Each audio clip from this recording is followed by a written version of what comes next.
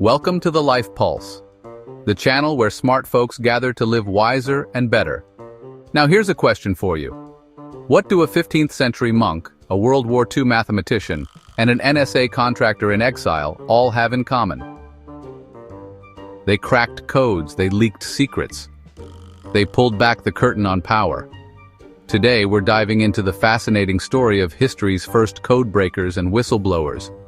The hackers who bent the rules, exposed hidden truths, and reshaped the world in the process. From ancient Egypt to the digital age, it's a story of encryption, deception, and courage. Let's begin.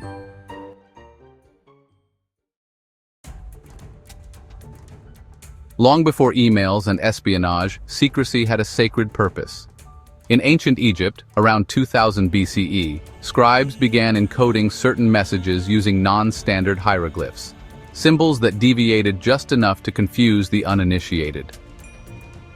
These weren't for war or rebellion. These were spiritual secrets, like rituals, spells, prayers. Hidden knowledge meant for priests, not the common eye. It was the earliest known use of coded writing, a kind of religious cryptography. The idea? Some truths were too powerful, too sacred to be exposed. Secrecy wasn't just practical, it was divine.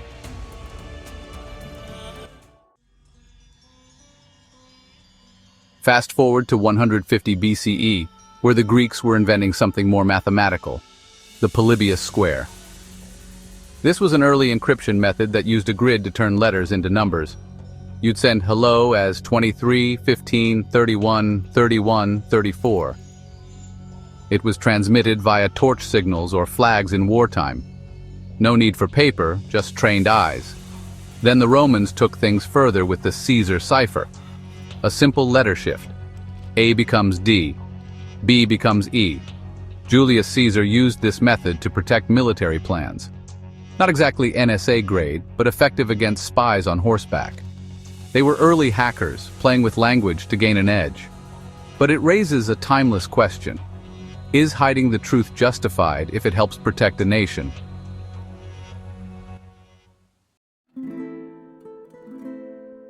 Now enter the Middle Ages. In the 1490s, German monk Johannes Trithemius published a book called Steganographia. To the church it looked like witchcraft. Dense prayers, astrological symbols, incantations. For centuries, people thought it was black magic, but hidden between the lines literally was something else. Secret messages, encoded with clever linguistic tricks and invisible ink. This was the birth of steganography, not just encrypting a message, but hiding the fact that a message exists at all. It was code hidden inside religion, and the church wasn't pleased. It makes you wonder, how often has history punished the messenger because they disguised the truth too well?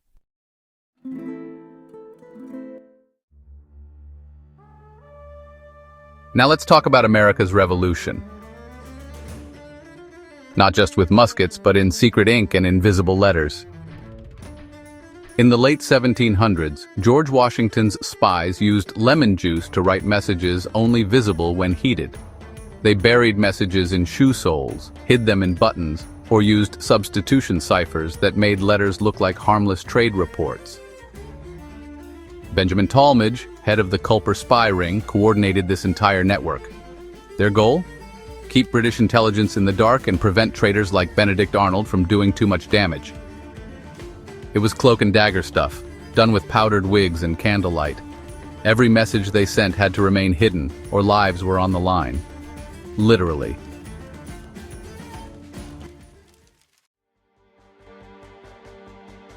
World War I, 1917.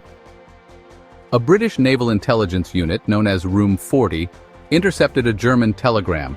The Zimmermann telegram was coded using a complex cipher. It used the German diplomatic code 0075 for its initial transmission, and was then re-encrypted using German diplomatic code 13040 before being forwarded from Washington to the German embassy in Mexico.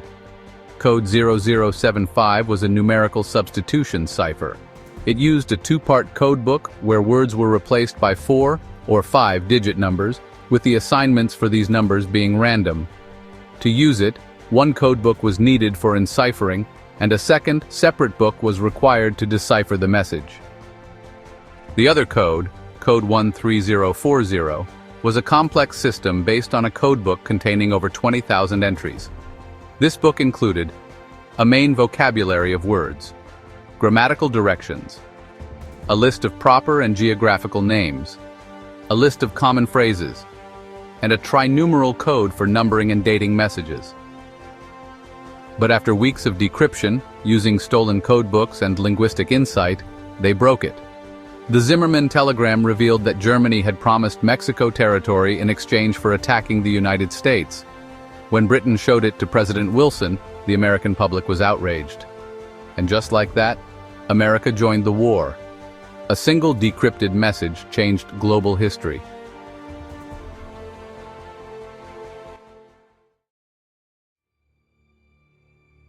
Now imagine World War II. The Nazis had Enigma, an encryption machine that scrambled letters into gibberish using these rotating rotors. Over 150 quintillion combinations. Everyone thought it was just unbreakable. But in a cold estate outside London, mathematician Alan Turing, along with Joan Clark, Gordon Welchman, and others, built the bomb. A machine that could rapidly test Enigma settings based on pattern assumptions like, knowing messages always started with Heil Hitler. They didn't just break codes. They saved lives, rerouting ships away from U-boats, shortening the war by up to 4 years. Still, their work was top secret for decades. Turing himself was later prosecuted, not for espionage, but for being gay, as back then it was illegal in Britain.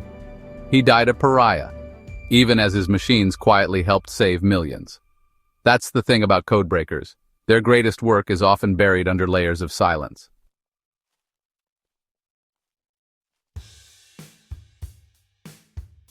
(1971).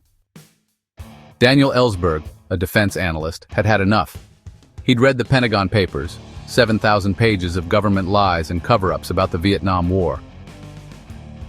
For years, officials knew the war was unwinnable, but they kept sending young Americans to die. So Ellsberg copied the papers, page by page, at night, using a clunky Xerox machine.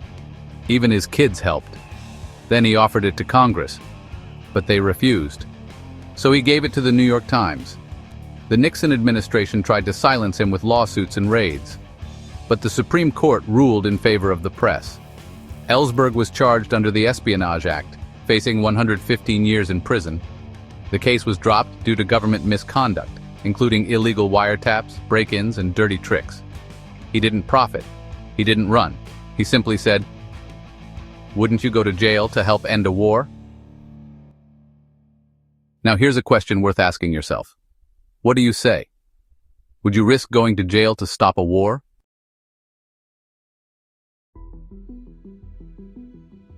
So, here we are, moving forward, and now in 2013.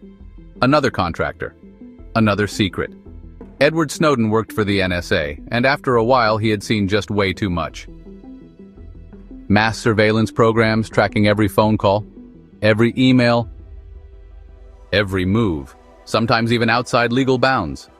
He downloaded thousands of classified documents, encrypted them, stashed them in SD cards, and smuggled them out using a Rubik's Cube. Then he fled to Hong Kong, and after that, Russia. He reached out to journalists, used Tor, PGP, Secure Drop, every tool a whistleblower needs just to survive. And when the stories finally dropped, the world was stunned. Governments were watching everyone, even their own people, and they weren't telling anyone. Some called Snowden a traitor, others a hero. But whatever the opinions are, he forced a global conversation. One about trust, power, and that uncomfortable question. Who watches the watchers?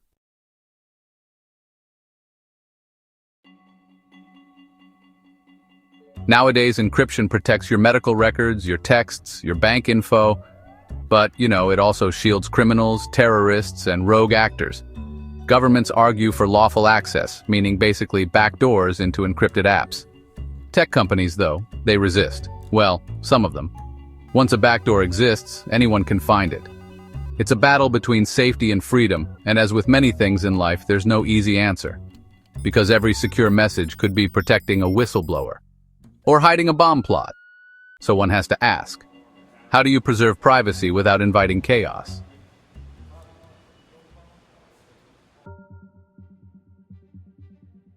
Let's pause for a second. Imagine you discovered something awful. For instance, illegal spying lies that could cost lives. Would you leak it? Would you be Ellsberg walking into court with a folder of war secrets? Would you be Snowden in exile alone, knowing you can never go home?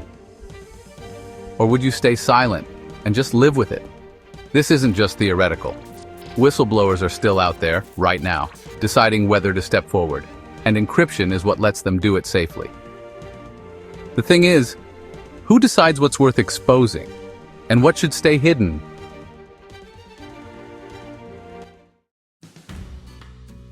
Before we go, in a subject like this one, there are many more questions worth asking ourselves. Do you think Snowden did the right thing? Should governments be allowed to break encryption in the name of safety? What's your line between secrecy and truth? Drop a comment. This is your space too. These stories, from ancient scribes to modern leakers, aren't just about history. They're about choices, ethics, power, and courage.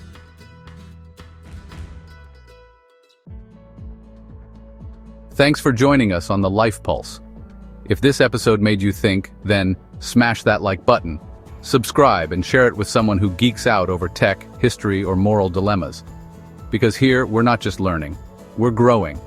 Smarter, wiser, together. Until next time, stay curious, stay brave, and keep your pulse on the things that matter.